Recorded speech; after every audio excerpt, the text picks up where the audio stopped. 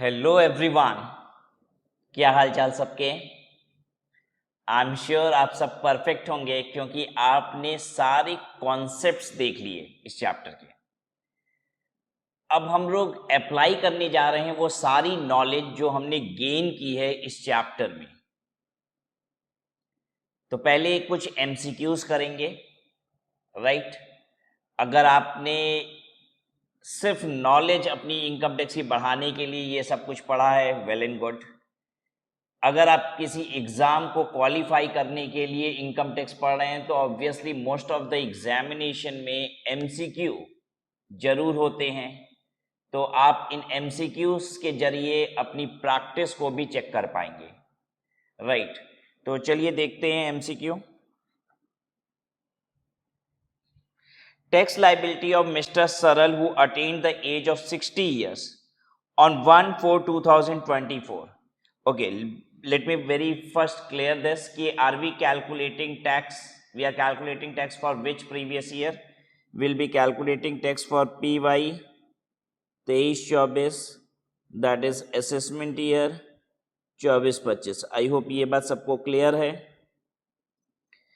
वो 60 साल का कब हो रहा है? 1/4/24 को, यानी वो 60 साल का माना कब जाएगा? उसकी 60 साल की एज हो रही है 1/4/24 को, यानी वो एक दिन पहले ही 60 साल का मान लिया जाएगा। 31 मार्च 24 को 60 साल का मान लिया जाएगा, यानी वो सीनियर सिटीजन कब हो गया? वो सीनियर सिटीजन हो चुका है प्रीवियस ईयर 23-24 में ही, ठीक है। And does not opt for 115 BAC। Does not opt का मतलब ओल्ड स्लैब का ये क्वेश्चन है, ठीक है, बड़ी सुंदर बात है। लेकिन वो सीनियर सिटीजन हो चुका है। टोटल इनकम कितनी है? 5,60,000 रुपए, जिसमें सैलरी और इंटरेस्ट की इनकम है, यानी कोई स्पेशल रेट की इनकम नहीं है। वो क्लियर कर दे रहा है आपको कि भाई बहुत सारी स्पेशल रेट की इनकम होती है ना, आपने पढ़ा है 111A, 112, 112A, तो वो सब कुछ नहीं है, नॉर्मल इनकम है इसकी। स्लैब के हिसाब से टैक्स निकाल देना है। चलिए करते हैं इसको। MCQs क्वेश्चन नंबर 1 हम लोग फास्ट करेंगे क्योंकि हमें जल्दी से आंसर निकालना है। 0 से 3 लाख नील होगा। अच्छा, क्यों 3 लाख ले रहे हैं? क्योंकि वो सीनियर सिटीजन है, राइट। अदरवाइज 2.5 लाख रुपए ही मिलता है ओल्ड स्लैब में। 3 से 5 एट द रेट ऑफ 5%, 10,000। ये MCQ है, इसलिए हम लोग राइटिंग पे ज़्यादा आंसर नहीं कर रहे हैं, हमें जल्दी से आंसर निकालना है। 5 से 5.6, 5,60,000 तक एट द रेट ऑफ 20%, तो 60,000 का 20%, 12,000 रुपये हो गया। टोटल हो गया 22,000 रुपया। प्लस इसमें हम लगाते हैं सेस, वो कितना? 880, 4% हो गया, 22,880 इज द आंसर। ऐसे ही जल्दी जल्दी हमें स्पीड में करना होगा ये। 22,880। सेकेंड क्वेश्चन है the tax liability of Nirlep cooperative society does not opt to pay tax under section 115 BAD। Cooperative society का BAD और BAE होता था। BAD में 22% टैक्स लगता है, BAE में 15% टैक्स लगता है। BAE मैन्युफैक्चरिंग के लिए होता है, दोनों में ही कंपल्सरी सरचार्ज लग जाता है 10% का, राइट। तो ये सब अभी छोड़िए, अभी डज नॉट ऑप्ट है, तो यानी नॉर्मल टैक्सेशन 10,000 तक 10%, वो वाला है। कर लेते हैं। कितना इनकम है? 90,000 रुपए पे निकालना है पुराने स्लैब से टैक्स। 0 से 10,000 तक 10%, यानी 1,000, ठीक है। फिर 10K से 20K, 10,000 से 20,000 एट द रेट ऑफ 20%, तो फिर ये 10,000 का डिफरेंस आया 2,000। 10,000 का डिफरेंस इंटू 20%, 2,000। और ग्रेटर 20K जितना भी एट द रेट ऑफ 30%, तो टोटल 90,000 है ना। 90,000 में से 20,000 हटाइए, 70,000। 70,000 का 30% हो गया 21,000, तो 21 2 23 एक 24,000 हो रहा है। 24,000 प्लस इस पे सेस लगा दीजिए 4%, तो 960। 24,960,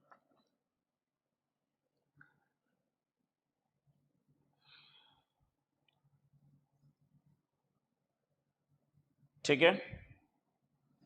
अच्छा, अगर 115 BAD लगाएंगे तब क्या आएगा आंसर? वैसे तो 115 बीएडी नहीं लगाना था, 24,960 करेक्ट आंसर आ गया, डी हमारा। लेकिन अगर 115 बीएडी लगेगा तो क्या आंसर आएगा, कर पाएंगे आप? 115 बीएडी लगाएंगे तो हम 90,000 रुपये पे सीधा सीधी निकालेंगे 22%। करिए 90,000 का 22%, 19,800। अब फिर क्या होता है इसके बाद, सरचार्ज लगेगा 10% का,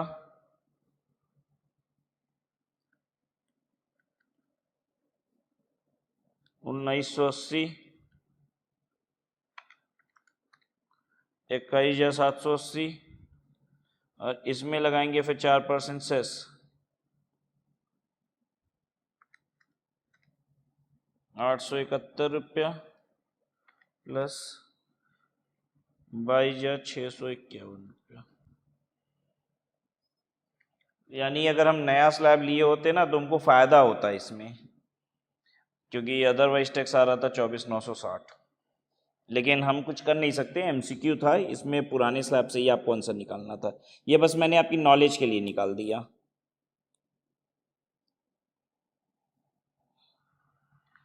क्वेश्चन 3 है, what is the amount of marginal relief available to Sadvichar limited, domestic company, on the total income of, marginal relief बस निकालना है हमको, ध्यान दीजिएगा, हमको टैक्स नहीं निकालना है, बस रिलीफ कितना मिलेगा ये बताना है।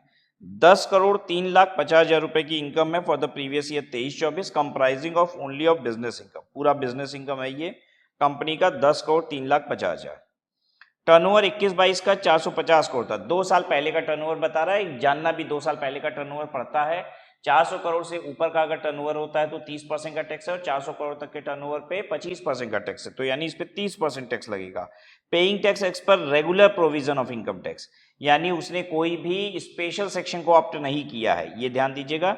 Assume that the company does not exercise option under section 115 BAA, BAA वो होता है जिसमें 22% का टैक्स होता है, तो वो ऑप्ट नहीं किया है। नॉर्मल टैक्स के हिसाब से रिलीफ निकालना है,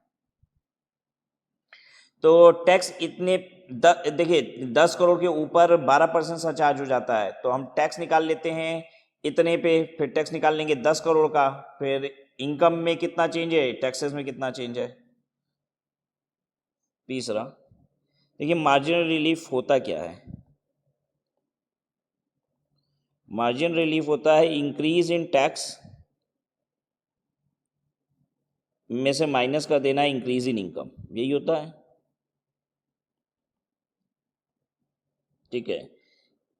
अगर ये पॉजिटिव आ गया तो इनकम हो जाएगी। अब इसके लिए आप टैक्स निकालिए, पहले तो हम टैक्स निकालते हैं, टैक्स ऑन 10,03,50,000 निकालेंगे आप, 10,03,50,000, इस पे आप निकालिएगा, मैं बता दूं आपको 10% 30% टैक्स निकालिएगा, और फिर उसके बाद 12% सरचार्ज निकालिएगा, 30% टैक्स और 12% सरचार्ज, बताइए कितना आ रहा है। 10,03,50,000, पहले 30% निकाल लीजिए प्लस 12% उसमें जोड़ दीजिए, तो देखिए 10,30,50,000 गुणे 30%, तो ये आ रहा है 30,91,500। अरे 3,09,15,000, 3,09,15,000 प्लस करेंगे हम इसमें 12%,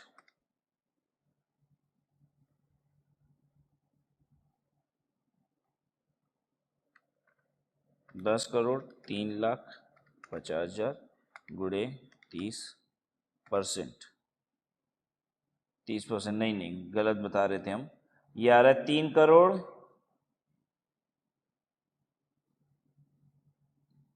3,01,05,000 आ रहा है, ठीक है, 3,01,05,000 आ रहा है। अब इस पर 12% सरचार्ज जोड़ देते हैं, तो आ रहा है 3,37,17,17,17,600, 3,37,17,17,600।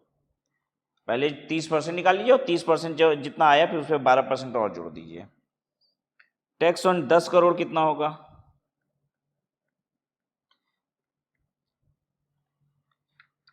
इस पे अगर 10 करोड़ रुपए की इनकम है तो 30% टैक्स आएगा, और 1 करोड़ के ऊपर 7% सरचार्ज होता है, तो वो 10% तक 7% ही चलता है, 10 करोड़ के ऊपर 12% होता है, तो 30 लाख 10 करोड़ का 30% टैक्स हो जाएगा 3 करोड़, 3 करोड़ पे 7% सरचार्ज लगा दिए, तो 3 करोड़ पे 7% और लगाएंगे तो 21 लाख हो जाएगा, तो 3 करोड़ 21 लाख रुपया टैक्स हुआ।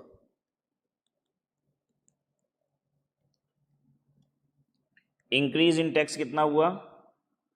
16,17,600। इंक्रीज इन टैक्स हुआ 16,17,600। ठीक है। इनकम कितनी बढ़ी? इनकम 10 करोड़ से 10 करोड़ 3,50,000, 3,50,000 से इनकम बढ़ी है।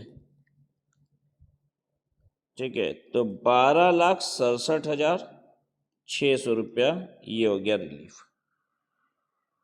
ये relief 12,67,600। Increase in tax minus increase in income आपको करना होता है। टैक्स बढ़ रहा है 16,17,600 से, जबकि इनकम बढ़ रही है 3,50,000 से, तो 12,67,600 का रिबेट आ गया।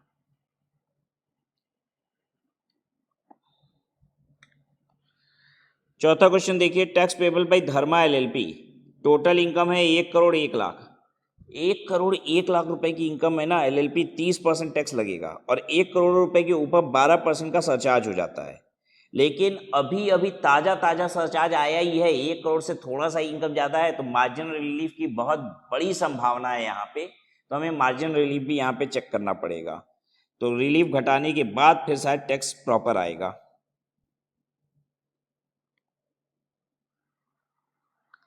तो हम कैसे निकालेंगे? टैक्स निकालिए, 1 करोड़ 1 लाख का 30%, 1 करोड़ 1 लाख गुणे 30%, ये हो गया 30,30,000। ठीक है, प्लस इसमें जाएगा surcharge at the rate of 12%, इसी का इंटू 12% कर दीजिए, 3,63,600, ये हो जाएगा 33,93,600 हो जाएगा। अब इसमें से हम लेस करेंगे मार्जिनल रिलीफ। मार्जिनल रिलीफ थोड़ी सी जगह छोड़ दीजिए और मार्जिनल रिलीफ की कैलकुलेशन करते हैं, जैसे वर्किंग नोट हमने लास्ट क्लास में आपको बताया था। ठीक है, वर्किंग नोट में सबसे पहले हम निकालेंगे टैक्स ऑन 1 करोड़। ठीक है, टैक्स ऑन 1 करोड़ सीधा सीधी 30%, 30 लाख रुपया होगा। ठीक है, फिर हम निकालेंगे इंक्रीज इन टैक्स। टैक्स कितना बढ़ा? टैक्स बढ़ गया 33,93,600 हो गया, तो टैक्स बढ़ गया 3,93,600। 30 लाख की जगह 33,93,600 हो गया ना, तो टैक्स इंक्रीज इन टैक्स हो गया 3,93,600। इंक्रीज इन इनकम, इनकम कितने से बढ़ी? इनकम बढ़ी 1 करोड़ की जगह हो गया 1 करोड़ 1 लाख, तो इनकम बढ़ी 1 लाख से। ठीक है, फिर रिलीफ, मार्जिनल रिलीफ कितना मिलता है? Increase in tax minus increase in income, marginal relief. Marginal relief होगा बी माइनस सी, 2,93,600, 2,93,600, 31 लाख रुपया ये आया। प्लस इसमें हम जोड़ेंगे cess at the rate of 4%, 1,24,000, 32,24,000।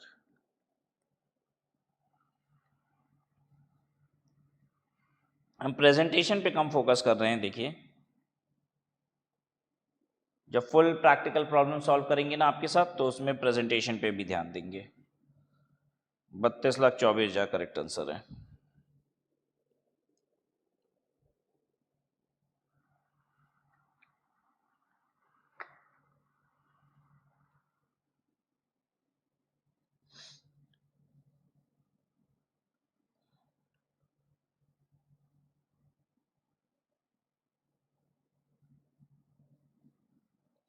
आइए क्वेश्चन 5 देखते हैं। Mister Raman age 64 years was not able to provide satisfactory explanation to the assessing officer for the investment of 7 lakh not recorded in the books of account. Mister Raman जो है ना 7 लाख रुपया का investment किया था, जो बता नहीं पा रहा था कुछ उसके बारे में, वो याद आ गया ना, अनएक्सप्लेन्ड इन्वेस्टमेंट। ये सब पे टैक्स कितना लगता है? इस पे 78% का टैक्स होता है। 60% टैक्स, 25% सरचार्ज, फिर 4% का सेस लगता है, कुल मिला के 78% हो जाता है। राइट, तो what shall be the tax payable by him. ध्यान दीजिएगा, टैक्स पेबल 78% टैक्स पेबल हो जाता है और 10% पेनाल्टी टैक्स का होता है, जो कि 6% हो जाता है। ठीक है, जैसे 7 लाख पे सीधे निकालेंगे 60% टैक्स होता है, तो 60% का 10% पेनाल्टी होता है, यानी 6%। तो पेनाल्टी यहाँ पे नहीं पूछा है, यहाँ पे सिर्फ टैक्स पेबल पूछ रहा है, तो हम 78% टैक्स निकाल सकते हैं सीधा सीधी। अगर आपको याद हो तो आप देख लीजिएगा, 78% आपका टैक्स था। निकालिए, 7 लाख इंटू 78%, 5,46,000 करेक्ट आंसर।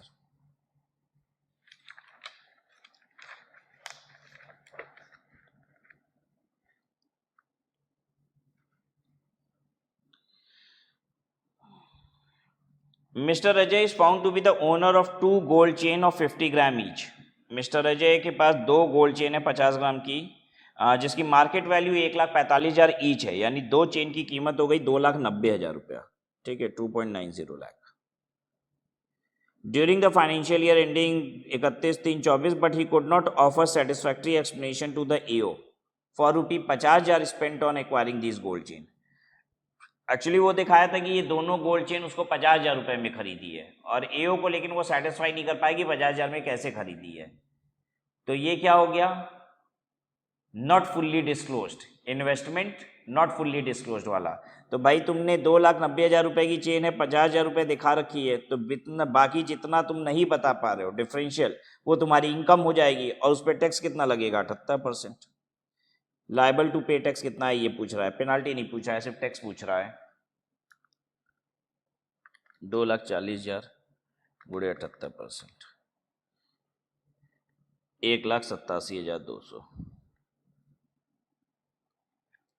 देखिए, इनकम टैक्स में टैक्स पेनाल्टी सब अलग अलग बोलेगा। अगर टैक्स बोल रहा है तो आप सिर्फ टैक्स निकाल के बताएंगे, पेनाल्टी भी पूछेगा तब आप पेनाल्टी भी बताएंगे।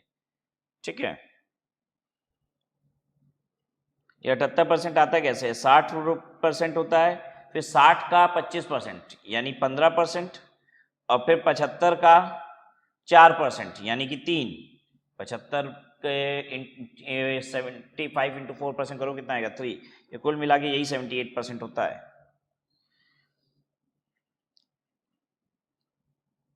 नेक्स्ट क्वेश्चन देखिए, question 7, mister Ajay is recently qualified doctor.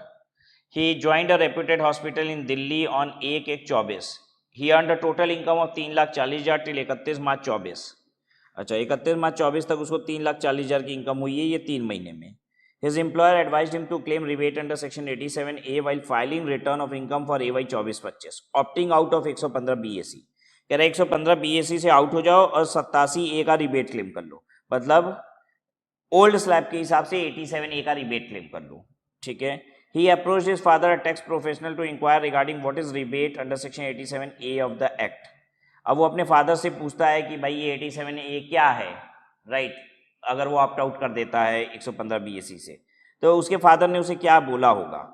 ठीक है, तो क्या क्या बोला होगा जरा देखते हैं हम लोग। An individual who is resident in India and whose total income does not exceed 5 lakh is entitled to claim rebate under section 87A।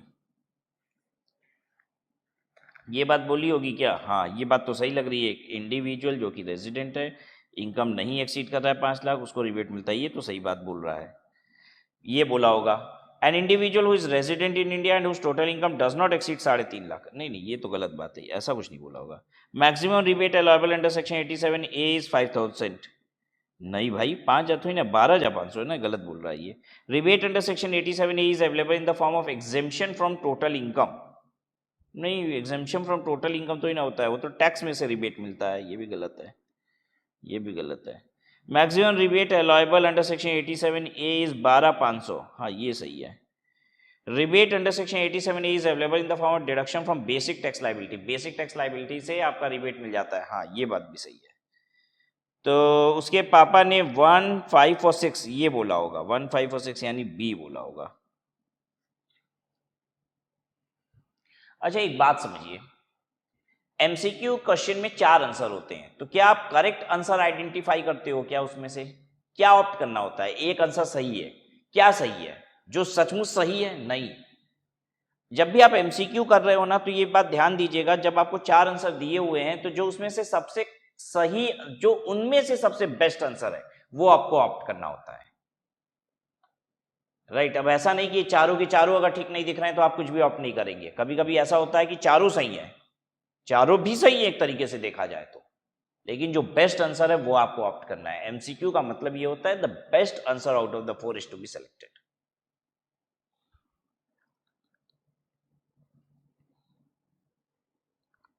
During the previous year 23-24 mister Ranjit has short term capital gain of 95 lakh, taxable under section 111A। अच्छा, रंजीत के पास short term capital gain है 95 लाख रुपए का, long term capital gain of 110 lakh under section 112A and business income 90 lakh. Which of the following statement is correct? अच्छा, surcharge की बात हो रही है, कितना लगेगा एक बार जोड़ते हैं। 111A जो है वो है 95 लाख। अच्छा, 112A कितना है? 110 लाख है। और पीजीबीपी बिजनेस की इनकम कितनी है? 90 लाख है। ठीक है, ये दोनों मिला के हो गया 205 लाख और ये हो गया 90 लाख, यानी कि 295 लाख। अगर 2 करोड़ रुपए के ऊपर इनकम होती है तो सरचार्ज स्प्लिट करके देखा जाता है, मालूम है ना, स्प्लिट कर देते हैं। कैपिटल गेन वाली की अलग कर दो, मतलब कौन कौन सी इनकम, 111A, 112 और 112A वाला अलग कर दो और बाकी अलग कर दो। ठीक है, कैपिटल गेन वाले पे तो 15% ज़्यादा हो नहीं सकता। अब बाकी इनकम अगर 2 करोड़ से ज़्यादा है, 15% तो इस पर मिनिमम तो रहेगा ही रहेगा। क्यों रहेगा 15% मिनिमम? क्योंकि 1 करोड़ क्रॉस होती 15% तो हो ही जाता है। 1 करोड़ क्रॉस होते ही 15% हो जाता है, तो ये तो 2 करोड़ के ऊपर है। ठीक है, 2 करोड़ के नीचे तो स्प्लिट करके भी नहीं देखते हो, आप टोटल देखते हो। टोटल ही अगर 1 करोड़ से ज्यादा हो जाती है, ये टोटल ही 1 करोड़ से ज्यादा हो जाए तो 15% तो सरचार्ज वैसे भी है। बस 2 करोड़ के ऊपर ना स्प्लिट करके हम देखते हैं। ठीक है, तो जब हम स्प्लिट करके भी देखते हैं तो 15% तो रहेगा ही रहेगा, उससे ज्यादा जरूर हो सकता है। जब हम स्प्लिट करके देख रहे हैं तो पीजीबीपी 2 करोड़ रुपए से कम है, तो यानी 15% इस पे भी रहेगा, दोनों पे 15% का सरचार्ज लगेगा। ये वाला सही है, B.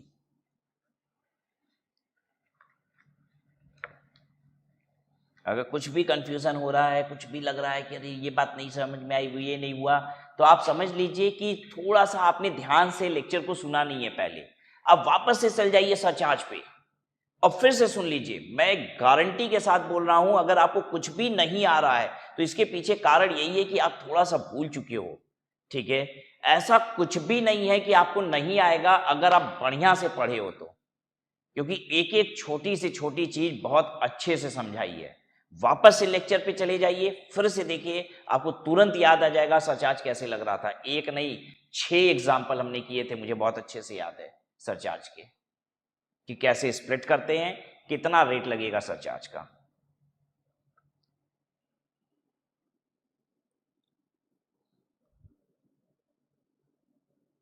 Question number 9। Question number 9 में आइए, अब तो सरचार्ज निकालने की बारी आ गई। मिस्टर नेकिंसन, नेक इंसान नाम है, वाह, मिस्टर नेक इंसान, as 43 years, provides following details for the previous year 23-24 as follows। Capital gain under section 112A 120 lakh है, कैपिटल गेन 111A का 110 लाख है, पीजीबीपी 520 लाख रुपए का है। What shall be the tax liability of mister Nek Insan if it does not opt for section 115 BAC of the income tax act 1961। Does not opt का मतलब हो गया ओल्ड स्लैब के हिसाब से बात कर रहा है। ठीक है, तो भाई पहले इनकम पे टैक्स निकालेंगे, टैक्स पे सरचार्ज निकालेंगे। 112 ये वाली इनकम पे टैक्स लगता है 10% का, ये टैक्स की रेट की बात कर रहे हैं। इस पे लगता है 15% का, इस पे लगता है स्लैब के हिसाब से। ठीक है, और सरचार्ज की बात करें तो देखिए 5 करोड़ रुपए के ऊपर टोटल की इनकम है, स्प्लिट करके देखना होगा। इस पे 15% ज़्यादा लग नहीं सकता, लेकिन इस पे लगेगा 37% का सरचार्ज। ठीक है, अगर यही न्यू स्लैब ऑप्ट कर लेता तो पता है हाईएस्ट सरचार्ज कितना जाता? 25%। इस पे 25% जाता सरचार्ज अगर वो न्यू स्लैब ऑप्ट कर लेता। याद आ रहा है ना आपको? 5 करोड़ रुपए के ऊपर भी न्यू स्लैब वाले पे 25% ही सरचार्ज है। मतलब न्यू स्लैब अगर आप ऑप्ट करते हो, सरचार्ज 25% पे जाके रुक जाएगा, मैक्स सरचार्ज। लेकिन यहाँ 37% होगा क्योंकि ओल्ड स्लैब की बात कर रहा है। तो ठीक है, चलिए टैक्स निकाल देते हैं हम लोग 10%, 15% स्लैब के हिसाब से। कैपिटल गेन 112A वाले में ना 1 लाख रुपए की इनकम एग्जेम्प्ट होती है। ये सब आपको अभी पता नहीं है, लेकिन फिर भी बताना पड़ेगा क्योंकि 1 लाख पे टैक्स नहीं निकालना होगा। 120 लाख भले है, 119 लाख पे ही टैक्स निकलेगा। 1 लाख रुपए की एग्जेम्पशन मिलती है यहाँ पे।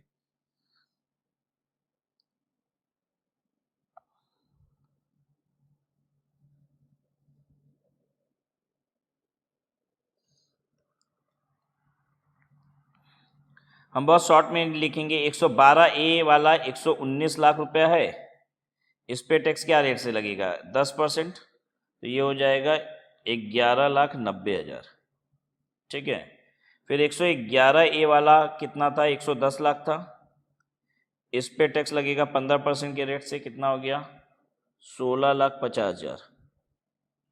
ठीक है, फिर PGBP वाली इनकम है, कितनी है? 520 लाख। 520 लाख स्लैब के हिसाब से, एट स्लैब रेट। कैसे निकालोगे? देखो जी, 2.5 लाख रुपए तक नील, 2.5 से 5, 2.5 से 5, ये सब ना एक्चुअली हमें ना सब रटा हुआ है, हम तो फटफट निकाल लेते हैं। अब आपके लिए हमको ना करना पड़ता है, इसीलिए मुझे भी कभी कभी थोड़ी तकलीफ हो जाती है। वर्किंग नोट देखो, 0 से 2.5 नील होगा। ठीक है, 2.5 से 5 आपको भी धीरे धीरे याद हो जाना चाहिए, 12,500 होगा। ठीक है, और 5 से 10 20% के रेट से होता है ये 1 लाख हो जाएगा। 5 से 10 का मतलब 5 लाख, 5 लाख का 20% 1 लाख। और फिर ग्रेटर 10 लाख, ठीक है, eight the rate of 30%। Greater 10 lakh कितना हो गया? 510 लाख। 520 लाख है ना टोटल, तो 10 लाख से एक एक्स्ट्रा कितना हुआ? 510 लाख। 510 लाख का 30% कर दो, 510 लाख, ये हो गया 1,53,00,000। ठीक है, तो 1,54,12,500, 1,54,12,500। यहाँ पे लिखिए 1,54,12,500। फिर से दिखा दें आपको टैक्स।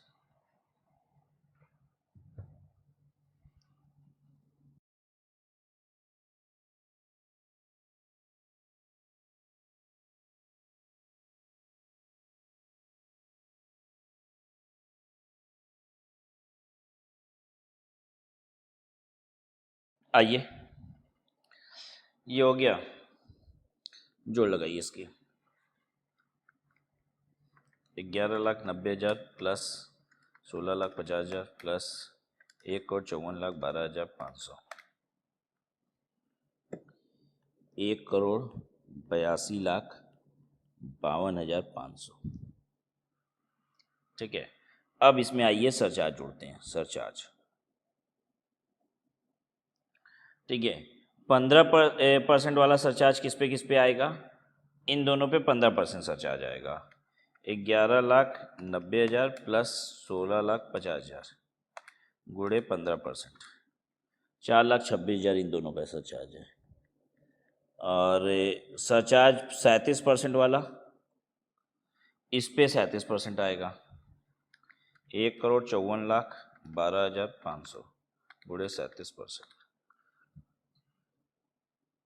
57,02,625।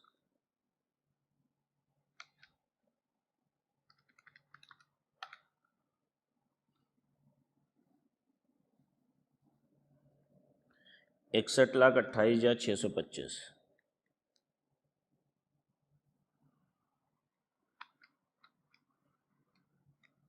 1,82,52,500 प्लस 61,28,625,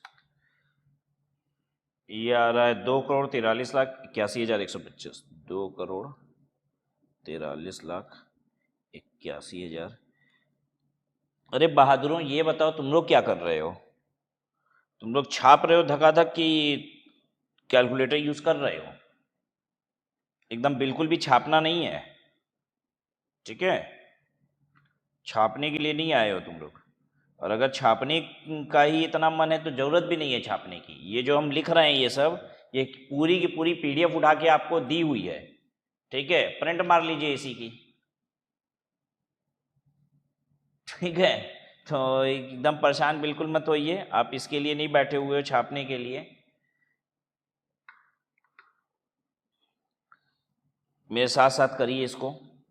प्लस इसमें अब हम लगाएंगे cess at the rate of 4%। 2,43,81,125 into 4%,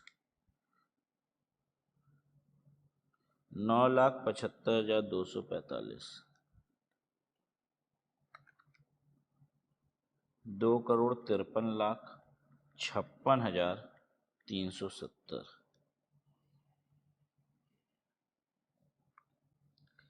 253.56 lakh है, 253.56 लाख, ये वाला आंसर सही है, ठीक है, देख लीजिए।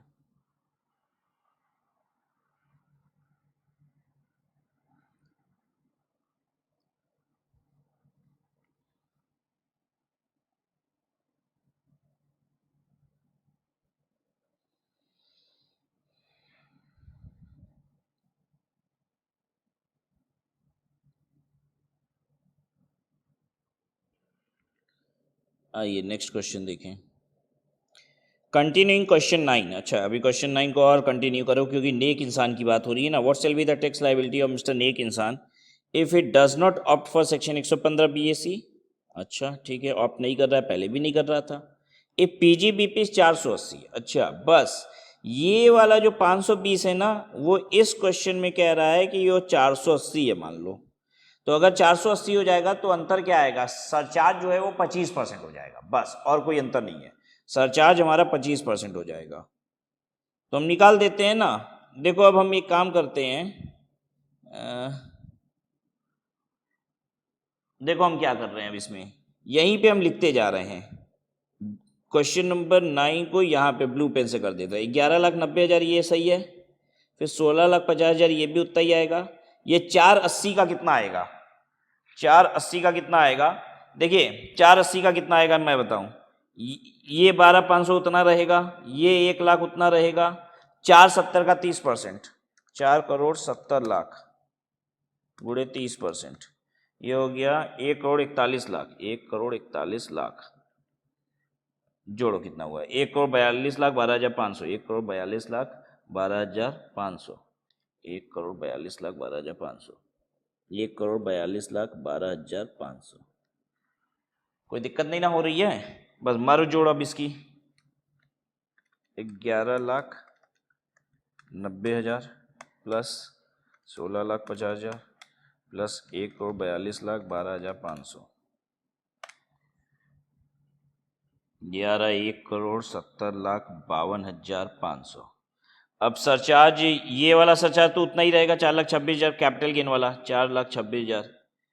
इसका इसका सरचार्ज कितना होगा 25% के रेट पे बताइए। 142,12,500 गुणे 25%, ये हो जाएगा 35,53,125।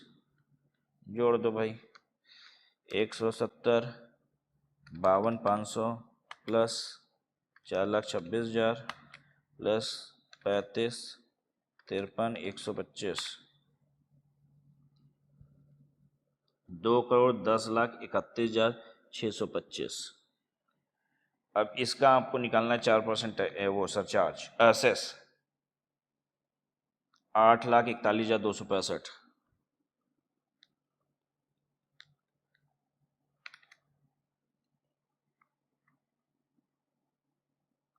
2,18,72,890।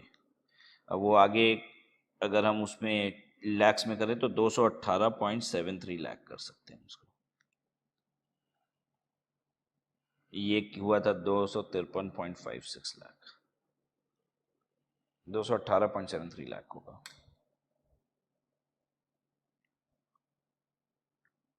ये सही है। आपका छपाई हो गया? मारो छापो धकाधक।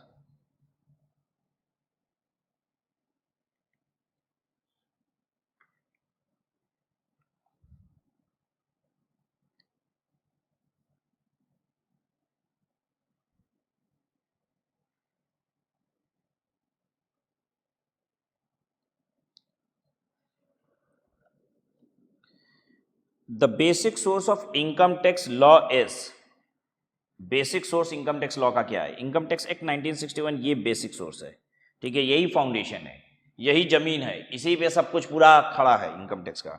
Domestic company means only an Indian company, नहीं, आपको बताया था डोमेस्टिक कंपनी में फॉरेन कंपनी भी आती है।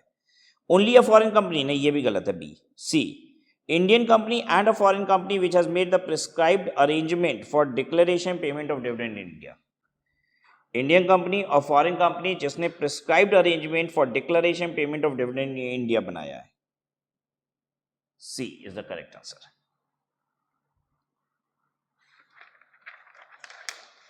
The rates of income tax are mentioned in, income tax का रेट कहां है? पता है इनकम टैक्स का रेट हर साल आता है, ठीक है, हर साल चेंज होता रहता है, कुछ कुछ परिवर्तन होते रहता है। कहां से आता होगा?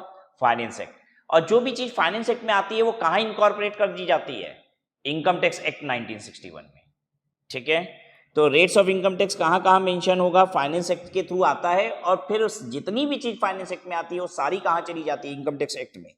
तो both in income tax act and finance act, ये बोलेंगे, ठीक है।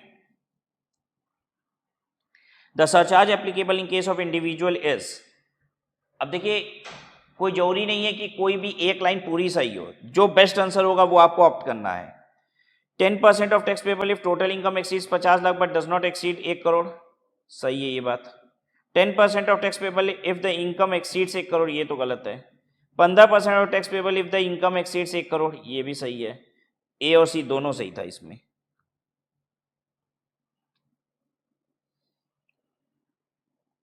In respect of a non-resident SSC who is of the age of 60 years or more but less than 80 years at any time during the previous year 23-24, opting for section 115 BAC, अच्छा non resident है, 60 साल का है, ठीक है, opting out of section 115 BAC, मतलब कि old slab में है। ओल्ड स्लैब में है ना बेटा, तो नॉन रेजिडेंट को 2.5 लाख रुपए ही मिलता है, फिर उसके उम्र से कोई मतलब नहीं है, 2.5 lakh. Question number 16. The rate of tax applicable to a domestic company for AY 24-25 where turnover do not exceed 400 crore in 21-22, अगर 21-22 में 400 करोड़ रुपए से एक्सीड नहीं कर रही थी तो टर्नओवर, तो आपका टैक्स रेट होगा इस बार का 25%। The surcharge applicable to a domestic company for AY 24-25 is, surcharge का रेट क्या है 24-25 के लिए? 7% if the income exceeds 1 crore and but does not exceed 10 crore, and 12% if the income exceeds 10 crore. अगर 7 और 12% है तो ये वाला करेक्ट आंसर है डी।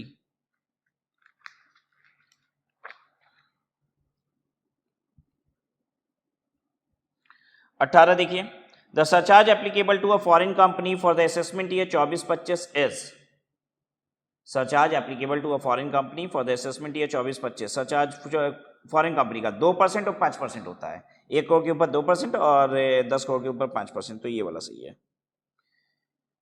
फर्म का टैक्स रेट क्या है? 30% है। Where the total income of an artificial judicial person is 3,10,000, income tax payable is, by default क्या मिलेगा? Old slab new slab, new slab, ठीक है। तो 3 लाख रुपए तक कुछ नहीं होगा, 3 लाख से 3.1 लाख का कितना हो जाएगा? 10,000 का 5%, 10,000 का 5%, 500 रुपये होगा,